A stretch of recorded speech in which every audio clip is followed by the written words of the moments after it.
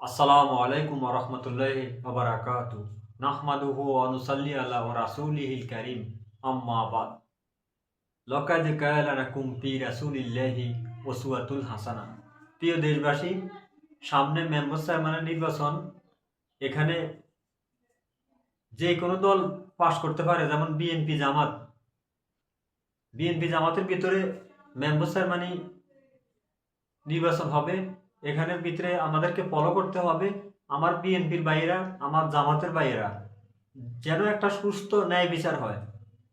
টাকা খেয়ে বিচার ঘুরিয়ে দেওয়া দিলে কিয়ামতের ময়দানে আল্লাহ তাআলার কাছে জবাব দিতে হবে। কারণ এটা একটা আমানত। এই যে একটা ভোট, নির্বাচিত মেম্বার চেয়ারম্যান কোন, জাতীয় নির্বাচন কোন, মেম্বার চেয়ারম্যান নির্বাচন কোন, এটা হইলো একটা আমানত। এই আমানত জিম্মাদারি আপনাকে বানাইছে, কারণ এই আমানতের খেয়ানত আপনি করতে পারবেন না। আপনি সুস্থ ন্যায় বিচার করতে হবে। কারণ টাকা খেয়ে বিচার ঘুরিয়ে দিলে চলবে না, কারণ বিচার ঘুরিয়ে দিলে কিয়ামতের ময়দানে আল্লাহ তাআলার কাছে হিসাব দিতে হবে। এই জন্য আমার কেরোয়াবাসী, ৪ নম্বর ওয়ার্ড, আমার কেরোয়াবাসী ভাইদেরকে আমি বলি, শুভেচ্ছা অভিনন্দন জানাইছি। ভাইরা, আপনারা বিএনপি জামাত মিলে একতা হয়ে কাজ করুন, দেশটাকে গঠন করুন। যদি আপনারা একজনের পিছনে আরেকজন যদি খালি লাইগা থাকেন, তাহলে তৃতীয় পক্ষ সুযোগ নিবে। তৃতীয় পক্ষকে খুনি স্বৈরাচার হাসিনা, যদি একবার খালি আসতে পারে, তাহলে জামাতেরও অস্তিত্ব থাকবে না, বিএনপিরও অস্তিত্ব থাকবে না। একবারে চিরতরে সব শেষ করে দিবে। এজন্য মন কষাকষি নয় আমার ভাইয়েরা। কারণ আমরা হালুয়া রুটি খাওয়ার জন্য নয়, আমরা টাকা পয়সা বা ভাগের জন্য নয়, আমরা একটা ন্যায় বিচার চাই, সঠিক বিচার চাই। ন্যায় বিচার যখন করবেন, আল্লাহ তাআলা আপনাকে আল্লাহর আরশের নিচে ছায়া দিবে। আল্লাহর আরশের নিচে আপনাকে ছায়া দিবে।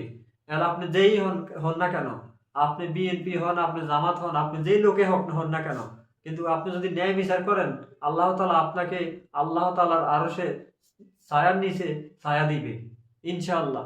তো আমার কেরোয়াবাসীর ভাইয়েরা, আপনারা সবাই ঐক্য হয়ে বিএনপি জামাত মিলে এই দেশটাকে গঠন করুন। একজনের পিছে একজন এই যে ফেসবুকে লেখালেখি করেন গুপ্ত, এই গুপ্ত শব্দটা আপনারা উচ্চারণ করেন। আসলে এগুলি তো খুব ভালো লক্ষণ না, এগুলি খুব খারাপের লক্ষণ। এগুলি পেশিবাদ আসার লক্ষণ। পেশিবাদ সুযোগ নিতেছে, কখন পেশিবাদ বাংলাদেশে আসবে, প্রধানমন্ত্রীর চেয়ারে বসবে, তখন চিরতরে বিএনপি জামাত সকল দলকে চিরতরে ছিন্ন ভিন্ন করে দিবে, শেষ করে দিবে, সেই চিন্তাগুলি করতেছে। এজন্য আমার কেরোয়াবাসীর ভাইয়েরা, আমি দুঃখজনক কথাগুলি বললাম, একটা যেন ন্যায় বিচার হয়। হযরত ওমরের মতন ন্যায় বিচার করুন, হযরত উসমানের মতন ন্যায় বিচার করুন, হযরত আলীর মতন ন্যায় বিচার করুন, হযরত আলীর মতন ন্যায় বিচার করুন। আল্লাহ রাসূল সাল্লাল্লাহু আলাইহি ওয়াসাল্লামের সাহাবীরা ওনারা ন্যায় বিচার করেছেন, ন্যায় ইনসাফ ভিত্তিক বিচার করেছেন। এই বিচারগুলির দিকে ফলো করতে হবে আমাদেরকে, না হলে কিয়ামতের ময়দানে আল্লাহ তাআলার কাছে হিসাব দিতে হবে। আসসালামু আলাইকুম ওয়া রাহমাতুল্লাহি ওয়া বারাকাতুহু।